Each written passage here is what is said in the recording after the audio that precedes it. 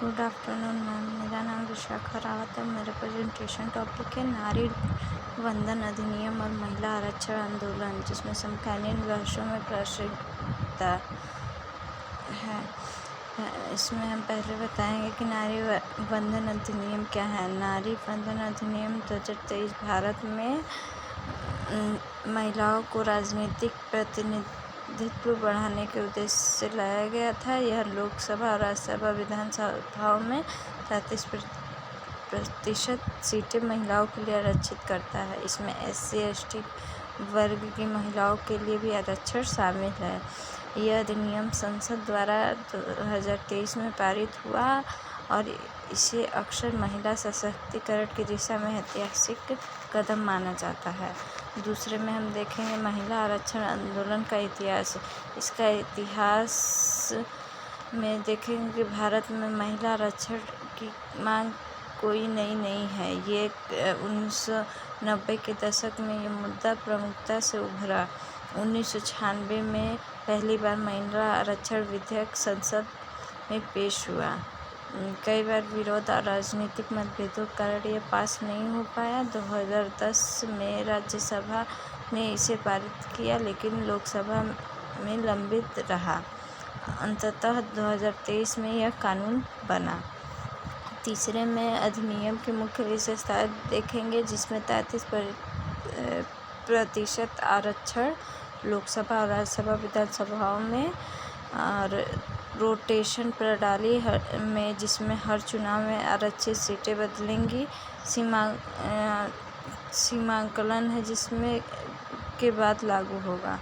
SC/ST महिलाओं के लिए विशेष आरक्षण होगा। चौथा में देखेंगे समकालीन बहसों में प्रासंगिकता, जिसमें सकारात्मक पक्ष में राजनीतिक सशक्तिकरण, जिसमें महिलाओं की भागीदारी बढ़ेगी। नीति निर्माण में महिलाओं की आवाज़ मजबूत होगी, उनको पक्ष को सुना जाएगा। और दूसरा सामाजिक समानता, जिसमें लैंगिक असमानता कम करने में मदद होगी। पितृसत्तात्मक सोच को चुनौती मिलेगी, जिसमें बदलाव आएगा। बेहतर शासन बनेगा, जिसमें शोध बताते हैं कि महिला प्रतिनिधि शिक्षा, स्वास्थ्य और कल्याण पर अधिक ध्यान देती है।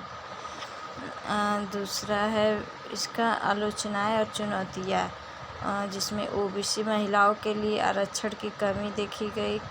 कई दल आरक्षण की मांग कर रहे हैं। तत्काल लागू ना होना, यह कानून सीमांकन और जनगणना के बाद लागू होगा, इससे देरी की आशंका। पक्षीय प्रतिनिधित्व, आशंका की कई जगह पुरुष पति परिवार ही असली निर्णय लेंगे। राजनीतिक विरोध, कुछ दल इसे राजनीतिक रणनीति मानते हैं। समकालीन इसका पाँचवा पॉइंट है समकालीन राजनीतिक बहसें। इसमें देखेंगे क्या यह अधिनियम वास्तविक सशक्तिकरण देता है, सिर्फ प्रतीकात्मक होगा। जाति आधारित प्रतिनिधित्व बनाम लैंगिक प्रतिनिधित्व की बहस, क्या राजनीतिक दल खुद महिलाओं को टिकट देंगे या केवल आरक्षण पर निर्भर रहेंगे। महिला नेतृत्व की गुणवत्ता और प्रशिक्षण पर सवाल उठे।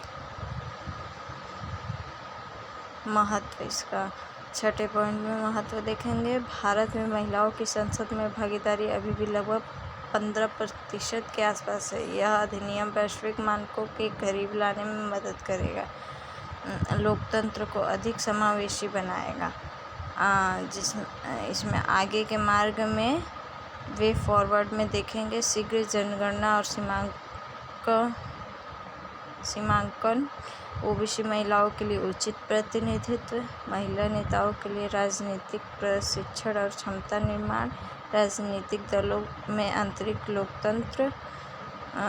इसमें सातवें पॉइंट में इसका निष्कर्ष करेंगे तो नारी वंदन अधिनियम भारतीय लोकतंत्र में एक महत्वपूर्ण सुधार है, लेकिन इसकी सफलता इस बात पर निर्भर करेगी कि इसे कितनी जल्दी और प्रभावी तरीके से लागू किया जाए। क्या यह सिर्फ संख्या बढ़ाता है या वास्तविक सशक्तिकरण भी लाता है। तब इसको समाज में जल्दी प्रभावी तरीके से लागू किया जाना चाहिए जिससे महिलाओं का विकास हो सके। Thank you ma'am.